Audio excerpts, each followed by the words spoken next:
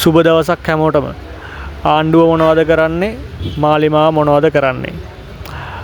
පහුගිය දවස්වල පටන් ගත්තා ක්ලීන් ශ්‍රී ලංකා ව්‍යාපෘතිය යටතේ ශ්‍රී ලංකාවේ දුම්රිය ස්ථාන නවීකරණය කරන ප්‍රතිසංස්කරණය කරන වැඩසටහනක්. ඉතින් මේ අම්බලන්ගොඩ දුම්රිය ස්ථානය වැඩේ පටන් අරන් තියෙන්නේ මේක හම්බෙන් දැක්කේ වැඩේ පටන් අරගෙන සද්ද නැතුව වැඩ.